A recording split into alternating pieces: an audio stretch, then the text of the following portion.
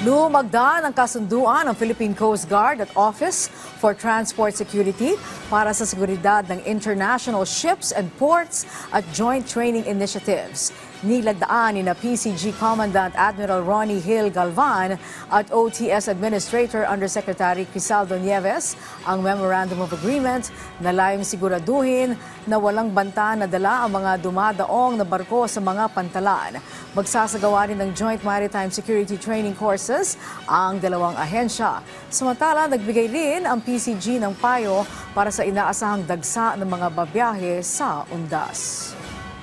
Inaanyayahan or ini-encourage natin yung ating mga kababayan na yung mga gustong umuwi ay planuhin nilang maigi yung kanilang pagbabiyahe para hindi sila mahirapan dahil nga nakikita natin yung influx ng mga passenger. So subaybayan nila yung mga anunsyo ng Philippine Coast Guard at ng iba pang mga ahensya ng government at maging yung kanilang mga dalahin ay para ma-ensure natin na smooth ay wag na rin silang magdala ng mga pinagbabawal or kailangan na dumaan pa sa matinding inspection sa ating mga pantalan.